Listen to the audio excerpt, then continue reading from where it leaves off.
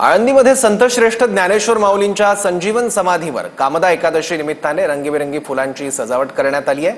कामदा एकादशी ही चैत्र महिन्यात येणारी पहिली एकादशी आहे। याला पापातून मुक्ती आणि सद्गुणांच्या आराधनेचा दिवस म्हणून मानला जातो। चैत्र शुद्ध एकादशीच्या निमित्ताने विठुरायाच्या दर्शनासाठी आज जवळपास 4 लाख भाविक पंढरपुरात दाखल झाले।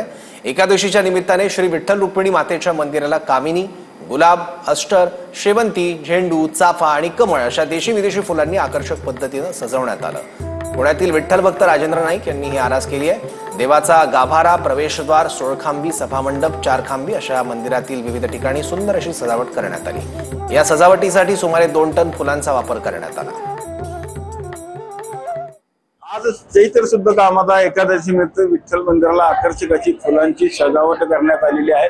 आपण बघू शकतो की हा विठ्ठलाचा गाभारा आहे। आज पहाटे बरोबर 2:30 वाजता विठ्ठलाची जी नित्यपूजा आहे ती मंदिर समिती सदस्य शिवाजी महाराज मोरे तर रुक्मिणीची जी पूजा आहे ती लेखापाल आनेच्या यांनी सहपत्नीक केल्यानंतर खरं तर या यात्रेला सुरुवात झाली होती। आपण बघू शकतो की नित्यपूजा झाल्यानंतर विठ्ठलाच्या दर्शनाला देखील सुरुवात झालेली आहे। आज जवळपास 3 ते 4 लाख भाविक पंढरपूरमध्ये दाखल झालेले आहेत। एकंदरीत आज सगळ्या संपूर्ण पंढरपूरमध्ये हरिनामाचा जयघोष आपल्याला काही नाही ऐकायला मिळत आहे। मग महाद्वार परिसर असेल, चंद्रभागेचं वाळवंट असेल, प्रदक्षिणा मार्ग असेल, संपूर्ण पंढरपूर शहरामध्ये हरिनामाचा जयघोष देखील आपल्याला काही नाही ऐकायला मिळत आहे। एकंदरीत संपूर्ण पंढरी नगरी त्याचा गजबजून गेलेली आपल्याला पाहायला मिळत आहे। आणि आज असलेल्या या कामदा एकादशी निमित्त विठ्ठलाचं मंदिर आकर्षक फुलांनी सजवण्यात आलेलं आहे।